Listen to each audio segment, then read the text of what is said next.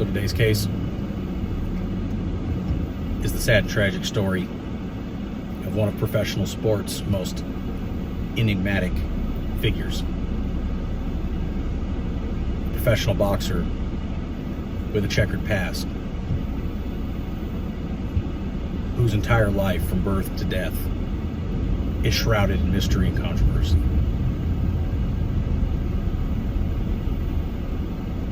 So today, we're discussing the life, mysterious and tragic death of professional boxer Charles Sonny Liston. Come join me.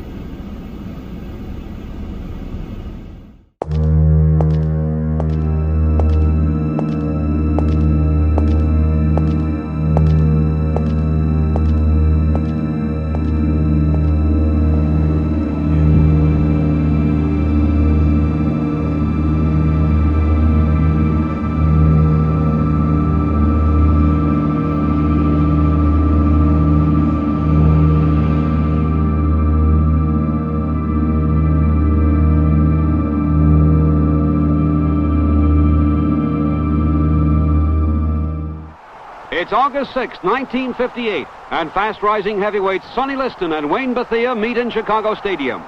Liston has had 19 professional fights, winning 18, 10 by KOs. He lost one decision to Marty Marshall. Bethea was one of the truly fine punchers of the heavyweight division, with wins over young Jack Johnson, Paul Andros, Jimmy Slade, and former heavyweight champion Ezzard Charles.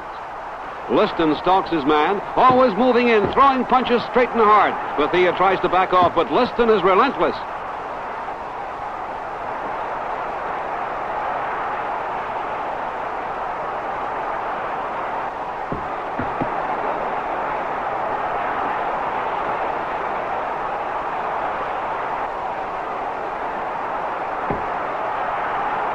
Liston pours it on, Bethea trying to defend against the two-fisted attack.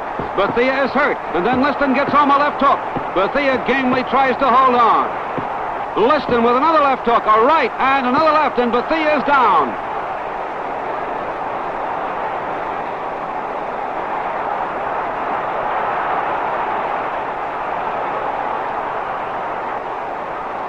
Liston knows he has his man and continues to hammer punches home.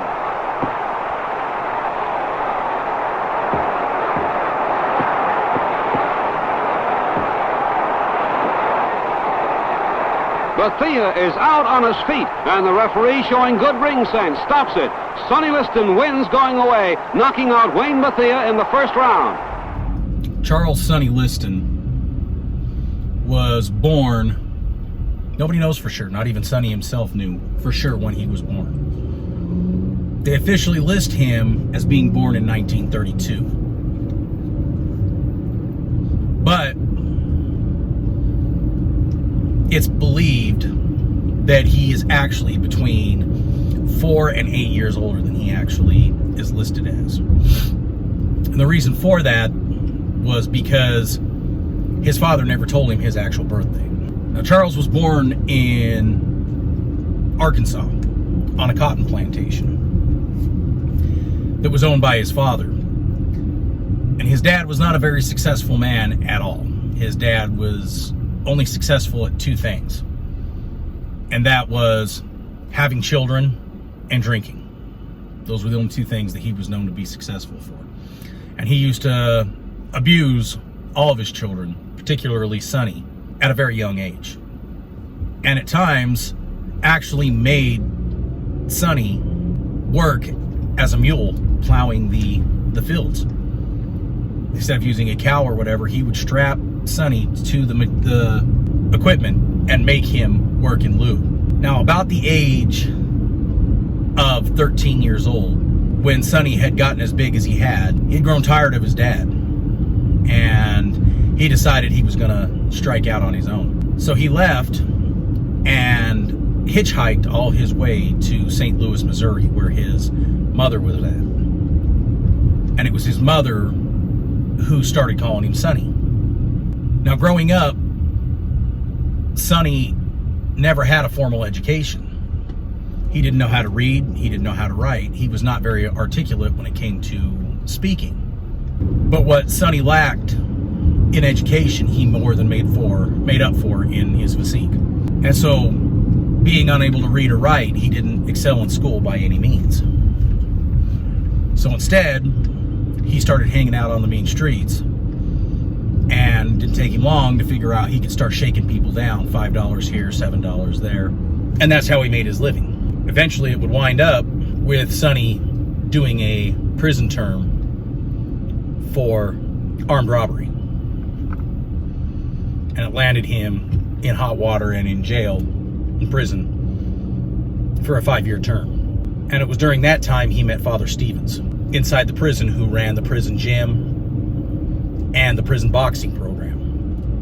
And it didn't take long for Father Stevens to figure out the natural talent that Sonny Liston had. Didn't take long for Sonny to work his way through every single person in the prison. And the prison that Sonny was in was known as probably the most deadly prison at the time. It was so violent and so dangerous that a lot of the corrections officers would not walk down the hallways of the D block for fear of being attacked. But Sonny held his head high and nobody messed with him.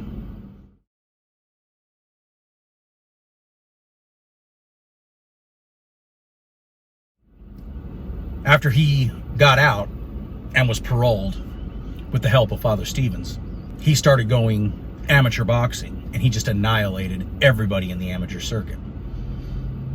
And his manager knew at the time he wasn't going to be able to hold him in the amateur ring, and so they moved him into the professional ring. And this is where Sonny's problems began as a professional boxer.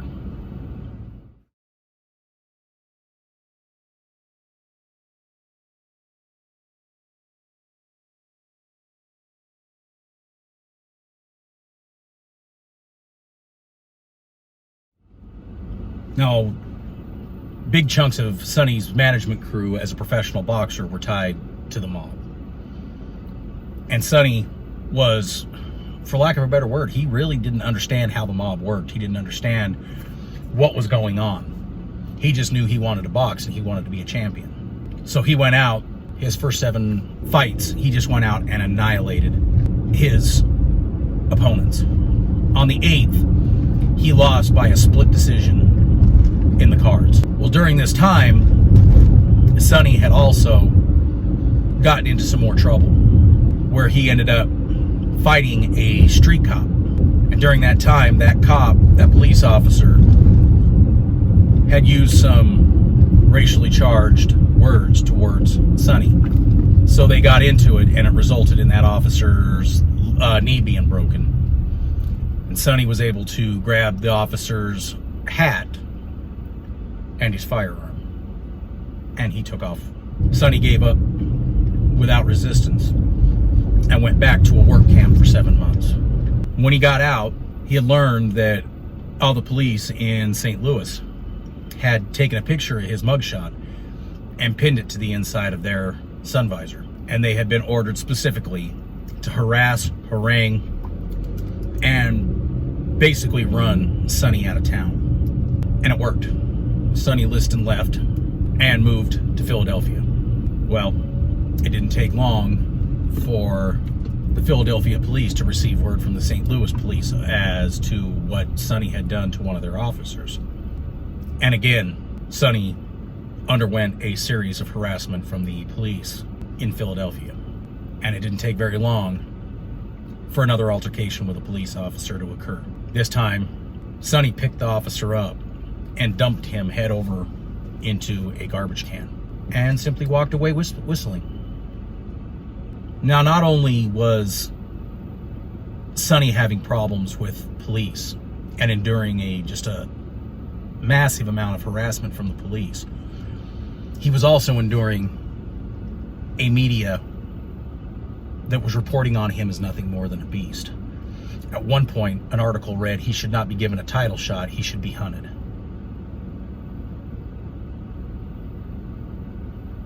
They referred to him as an animal, and even members of the black community turned their backs on Sonny Liston, because the civil rights movement was wanting wholesome people, wholesome black athletes, to be the face of the civil rights movement. And Sonny Liston did not fit that profile. And so no matter how good he was, and no matter how talented he was, when he would go into a ring, people always voted for his opponent.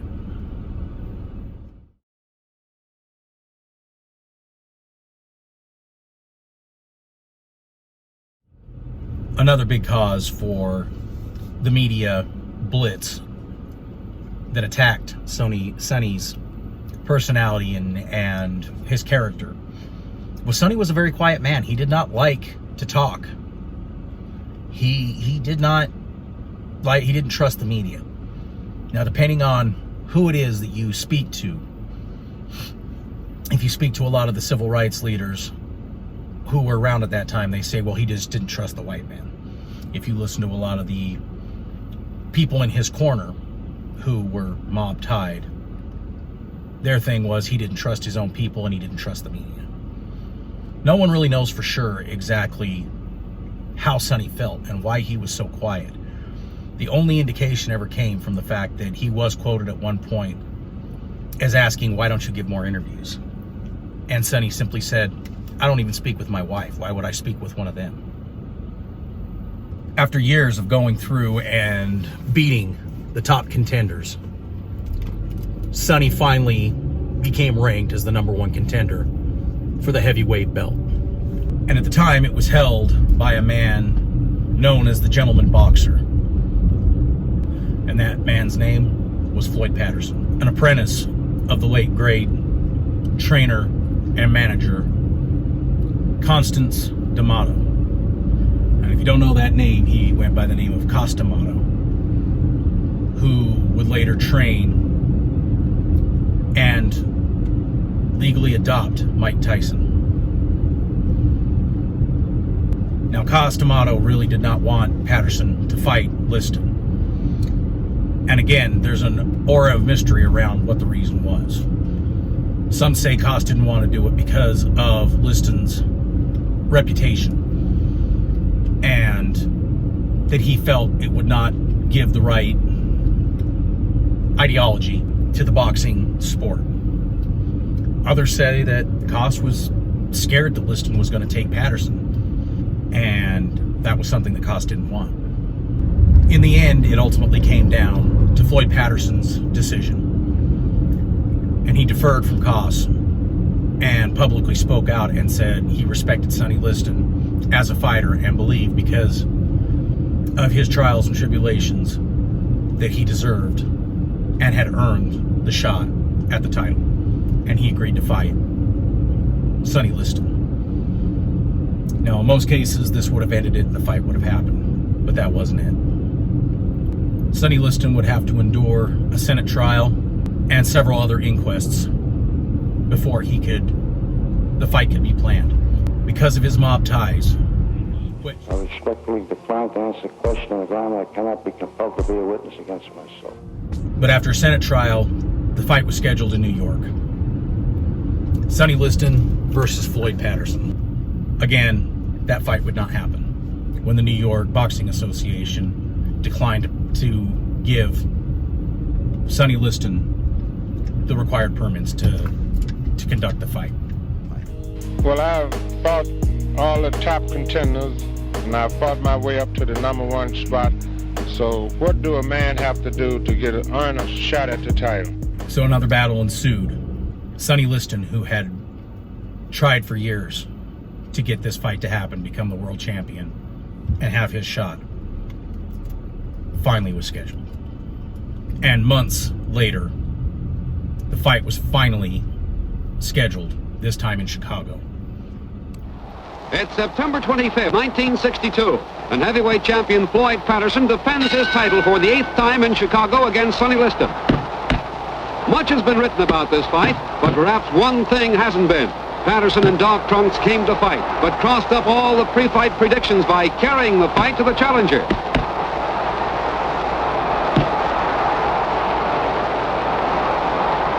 Liston gets home some hard punches early in round 1 that hurt Patterson, but he gamely moves into his opponent.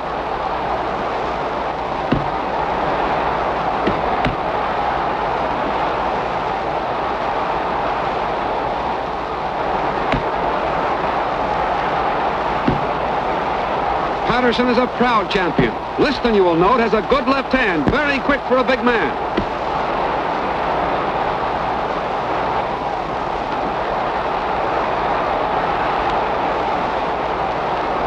Patterson at times lunges at an opponent. It could be dangerous against Liston.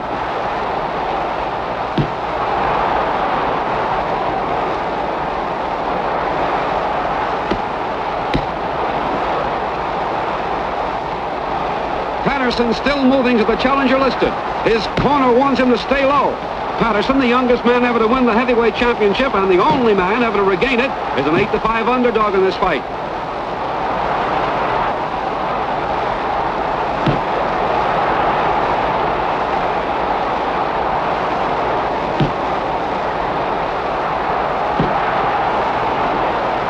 Patterson must stay away from the ropes.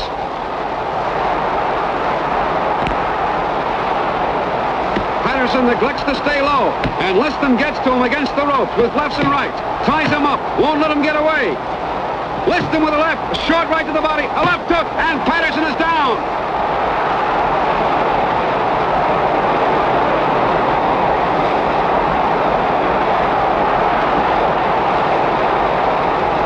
Sonny Liston knocks out Floyd Patterson in one round to become the 21st heavyweight champion of the world, and you saw it on Knockout.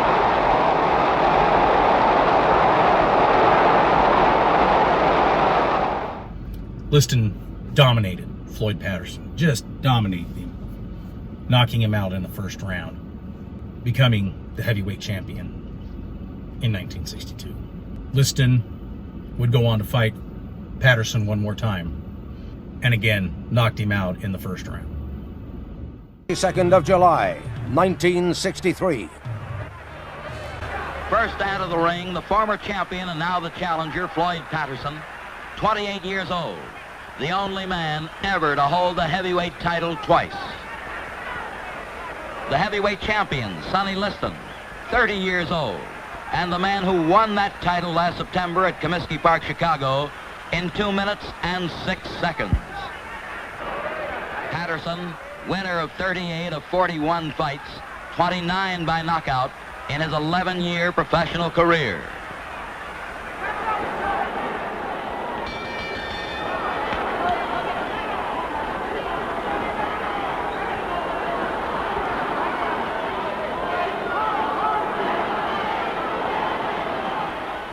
The first telling punch is Liston smashing right to the body.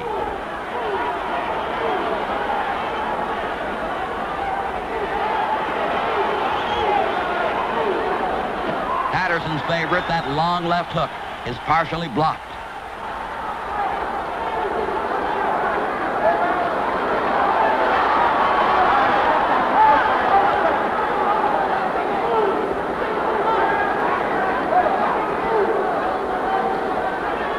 Patterson, trying to get underneath the champion's straight punches, runs into a right uppercut which sets up the challenger.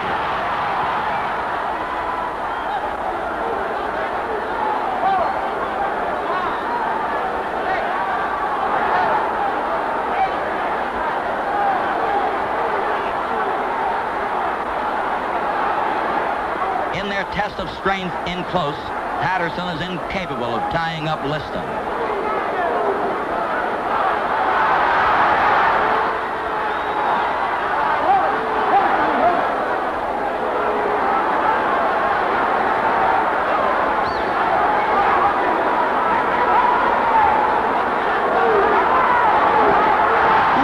Challenger's long right hand grazes the champion's chin, but Liston's countering left hook is on target and sets up the second knockdown.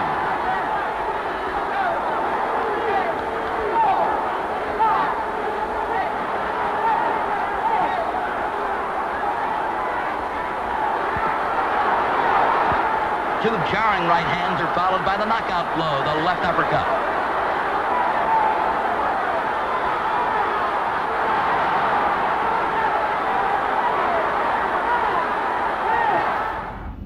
But even after all this, even after proving himself, becoming the world title, the world champion, Liston returned to Philadelphia on the flight, expecting news reporters and the mayor of Philadelphia and the governor of the state to meet him at the airport with this big band. And he expected a hero's welcome when he returned. Instead, what he got was nothing. No reporters. The governor, the mayor, nobody showed up to greet him. He stepped off the plane, got into his car, and went home. While continuing, even as the heavyweight champion of the world, continued to be harassed on a daily basis by the Philadelphia police.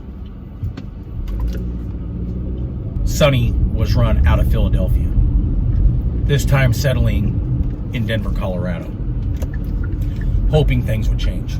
Well, they did. Sonny continued to endure harassment from the Denver police, even to the point where he got pulled over 25 times in 25 days, most of the time by the same officers that had harassed him prior. And it didn't take very long before Sonny was run out of town, out of Denver as well. At this time, Sonny also bought a home right here in Las Vegas. And so he split his time. Him and his wife Geraldine split their time between homes. They never stayed in one area at a time because they did not want to endure the police harassment. Now, when he got here to Las Vegas, he kind of tended to stay a little bit more time here for multiple reasons. One, he wasn't being harassed by the police as often as he was in all these other places. And more than likely, that was because everyone knows Las Vegas was under heavy mob control. And most of at the time, what was known as Clark County Sheriff's Office, it's now known as Las Vegas Metropolitan Police Department. But back then it was Clark County Sheriff's Office, and it was under mob control. It was under Chicago mob rule. It was under New York mob rule. You had self-employed gangsters, such as Benny Bigman, which I've done a video on. These were the people that run Las Vegas. And nobody messed with Sonny unless the mob allowed it. So he kind of tended to gravitate here to Las Vegas. Well, it was also during this time that a young up-and-coming boxer by the name of Cassius Clay, a recent gold medal winner in the Olympics in boxing, had thrown his name into the ring. And Cassius Clay was known for reciting poetry and shooting his mouth off. And he didn't want to wait. He did not want to wait for a title shot against Liston. He didn't want to run the ranks like most boxers. Cassius Clay began harassing Sonny Liston, the champ, every chance he got. He even got to a point, going so far as to rent a bus, paint the name Cassius Clay on the side of it, and driving to Sonny Liston's home in Denver, Colorado, and began parked right out in front of Sonny Liston's house and began yelling at him through a blowhorn. I'm gonna hurt you, there's all over. I'm gonna hurt you, you crazy. I'm gonna hurt you till you fight me. This was all a tactic by Cassius Clay to get inside of Sonny Liston's head, and it worked. Sonny would eventually succumb, but not until a situation that happened right here in Las Vegas at a casino called the Desert Inn, which was destroyed in 2000. And where it sat is now where the Wynn Encore Casino sits. One night, while Sonny Liston was at the Desert Inn Casino shooting craps, Cassius Clay approached and began spouting at Sonny. And Sonny didn't like it. Sonny was getting upset at the fact that Cassius Clay was yelling at him. Sonny reached into his jacket, pulled a .38 caliber revolver, and began shooting at Cassius Clay inside the casino. Sonny Liston simply turned around, pointed the gun at himself, pulled the trigger. The bang went off, but nothing happened. Sonny was smart. He had loaded the gun with blanks.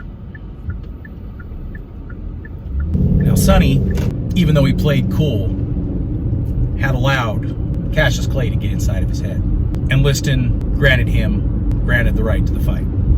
Sonny Liston, at the time, was favored at sometimes 10-to-1 odds to win against Cassius Clay. Everybody saw Cassius Clay as nothing more than a loudmouth braggart.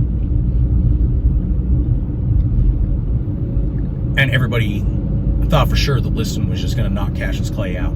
This fight was billed as a major fight, but it was one of the few fights that a lot of people say to this day they didn't want anybody to win. Nobody liked Sonny Liston because of his checkered past and mysterious history, and people didn't want Cassius Clay to win because they saw him as a loudmouth braggart who hadn't proved himself. So the fight was scheduled for Miami Beach, Florida. From Louisville, Kentucky, wearing white trunks with red stripes, weighing 210 1/2 pounds, the former Olympic light heavyweight champion, Cassius Clay. And his opponent from Denver, Colorado, weighing 218 pounds, wearing the black trunks with the white trim, the heavyweight champion of the world, Charles Sonny Liston.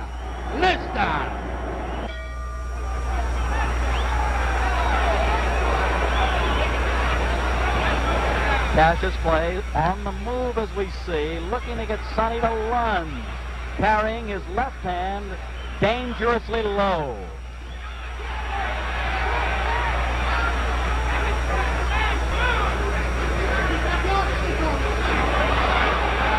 Cassius. Most people say that Sonny Liston was up in the cards for the first, I believe it was 4 rounds. Then between the 4th and 5th round, Cassius Clay began blinking really fast and claiming he had something in his eye. Cassius Clay could be seen in the ring getting his eyes flushed and telling his manager to stop the fight. There was something in his eye and he couldn't see, but the manager refused to do it. The manager said, no, stay away from him. The burning will go away. You'll be able to see again. So Cassius went out and did his best to avoid getting hit by Liston. Liston pummeled him. But Cassius was able to stay on his feet, and he was able to stay away enough until the last 30, 40 seconds when he could start seeing again. When this round ended, depending again on what you believe and what you hear, some say that just before the 6th round began, a man approached Sonny Liston's corner and whispered to the manager and everybody something before walking away. At the start of the 6th round, supposedly information was relayed to Sonny Liston, and Liston came out flat-footed and barely did anything during that round. And Cassius Clay just threw punches, sharp punches, eventually cutting both Sonny Liston's eyes. At the beginning of the next round, Cassius Clay was on his feet. Sonny Liston was still in the corner. And they announced that Sonny Liston was quitting the match. I must be the greatest. I told the world, I talk to God every day. If God's with me, can't nobody be against me. Sonny, I shook out the world. I know God. I know the real God. I am the king of the world. Hold it. I'm pretty. Hold it, you're not that pretty. Now here's where things get interesting. Liston supposedly dislocated his shoulder. And during the interview, after fight interview, they asked Liston what had happened, and he said, well, if I knew that, it probably wouldn't have happened. He also walked away with his arm in a sling. A few days later, he was spotted around the town not wearing the sling, and it was believed that the dislocated shoulder was faked to try to explain away why he had quit the round. Immediately, another trial was set, and was believed that Liston threw the fight at the order of the mob. No one knows for sure if that fight was actually thrown by Liston because the mob had demanded it. But another fight was scheduled, and most people say that Liston trained every day. He trained harder than he had ever trained in his life, and that his goal was just to go out and annihilate Cassius Clay, who had now famously joined the Islamic group and had officially changed his name to Muhammad Ali. Sonny Liston trained every day, and his goal was to just simply annihilate the now newly renamed Muhammad Ali. The rumor has it that Ali was so scared that they faked a hernia to stop the fight from happening because they did not feel that Muhammad Ali was in good enough shape to beat Sonny Liston. Again, this is conjecture. I'm not saying it's true. I'm just saying that this is the belief of some individuals.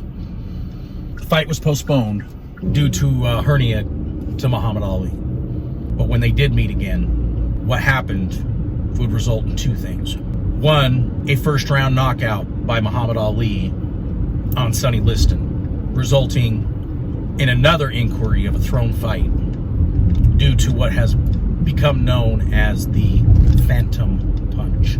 Two, it gave birth to one of the most famous photographs, arguably the most famous photograph in boxing and sports history.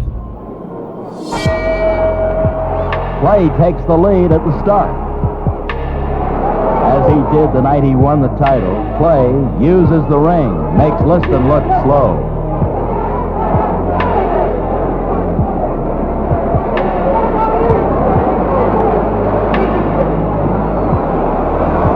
In a moment, as Liston reaches with a left lead, Clay will counter with a right over the left and drop the challenger.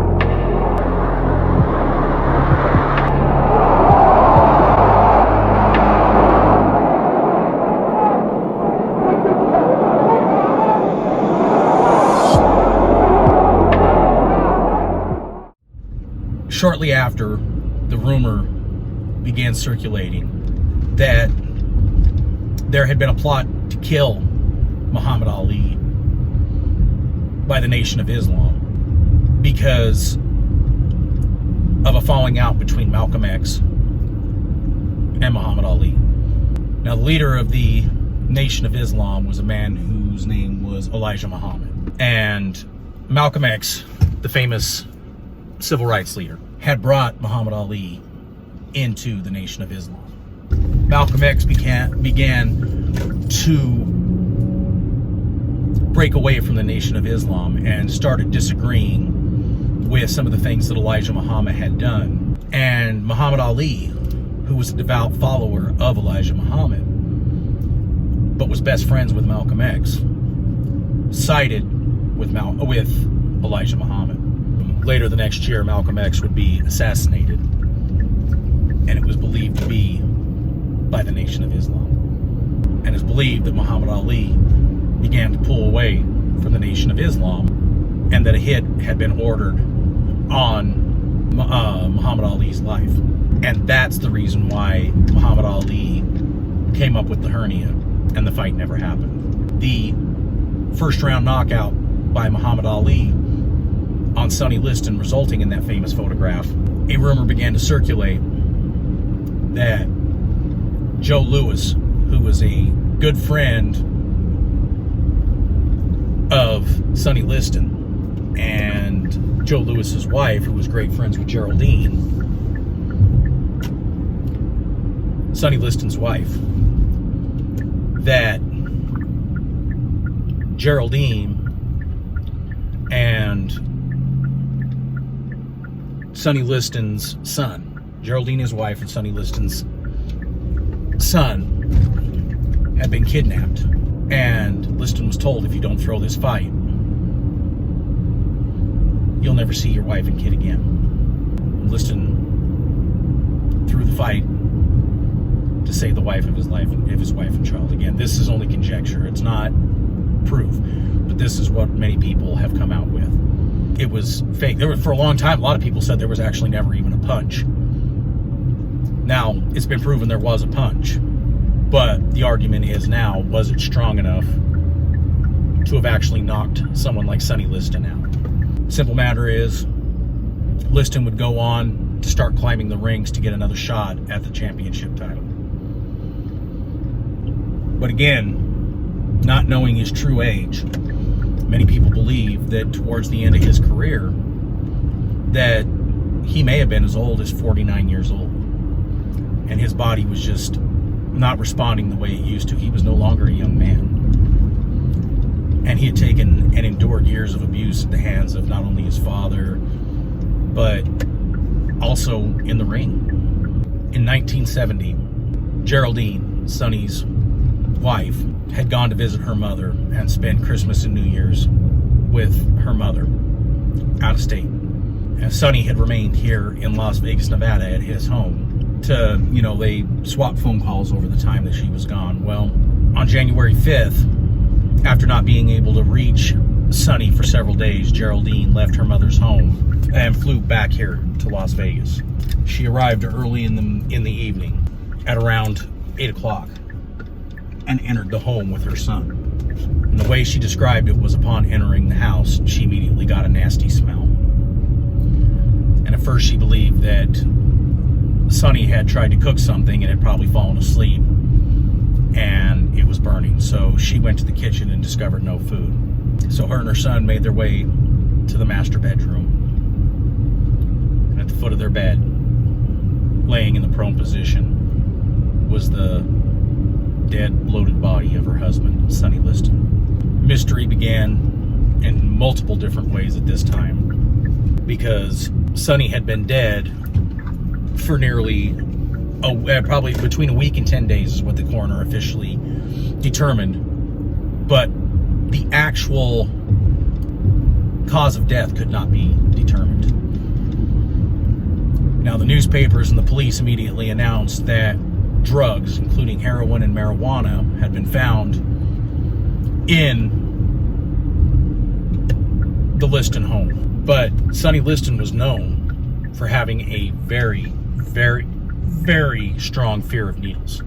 He actually turned down multiple fights in Europe because he would not go to the doctor and get the required vaccinations that needed to be administered via injection. No needle marks were found in the arm. Now, reportedly, they did find needle marks in the arms, in the elbow area, but they believe that may have been due to treatments, medical treatments previously, but nobody can be sure. Another problem with the overdose on heroin problem was there was no materials found to tie off. You can't just inject into your arm. You have to tie off to get the vein to pop up. None of that was there. No spoon required to cook the heroin. This also led to another conspiracy because Geraldine didn't call the police right off the bat. Once she discovered the body, she called her attorney. The attorney showed up, and then instead of calling the police, they called a doctor who took several hours to get there.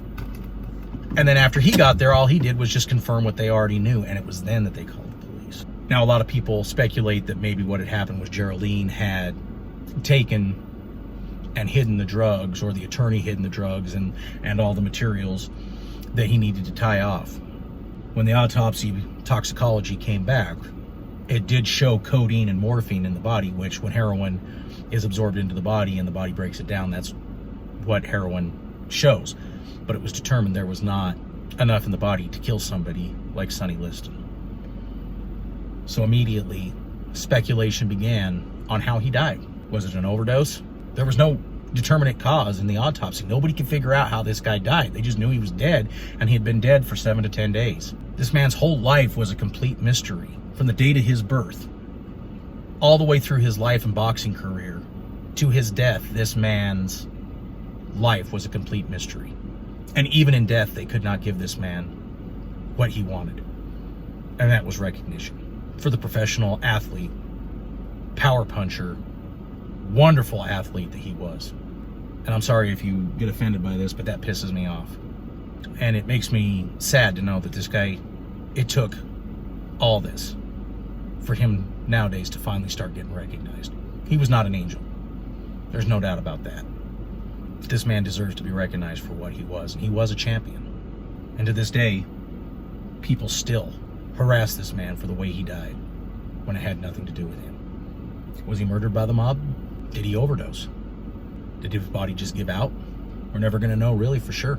But right now, we're going to go check out the house. Well, the former home of Sonny Liston, where he was found dead by his wife. There it is, guys. That's the home, former home of Sonny Liston, where he was found dead by his wife, Geraldine, January 5th of 1971. This house was also owned by Debbie Reynolds, who we also know just recently passed away, mother of Carrie Fisher. But that's the home right there, guys.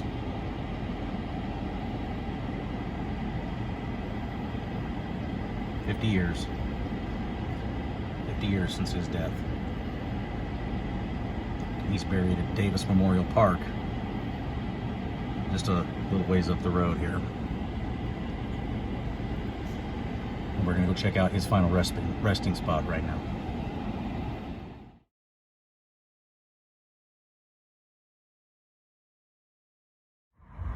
Here he is, Mr. Charles Sonny Liston.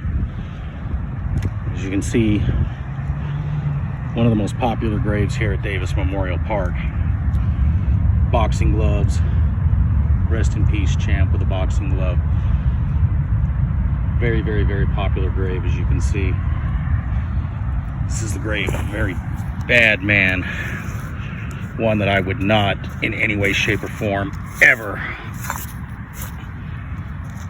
want to cross, but was a fun-loving man, even though he tried to portray himself as a hardcore guy that could kill with just looks. And as it says, amen.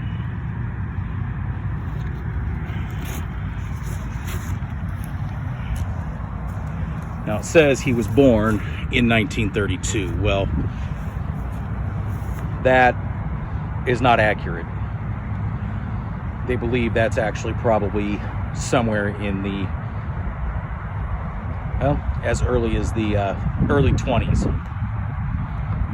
But this is his grave right here.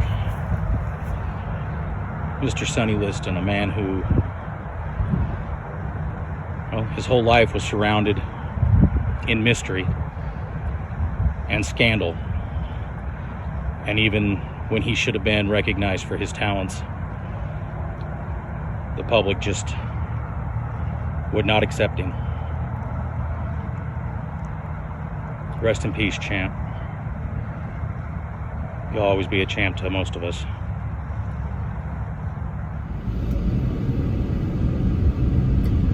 Regardless of everything that happened in Sonny's life,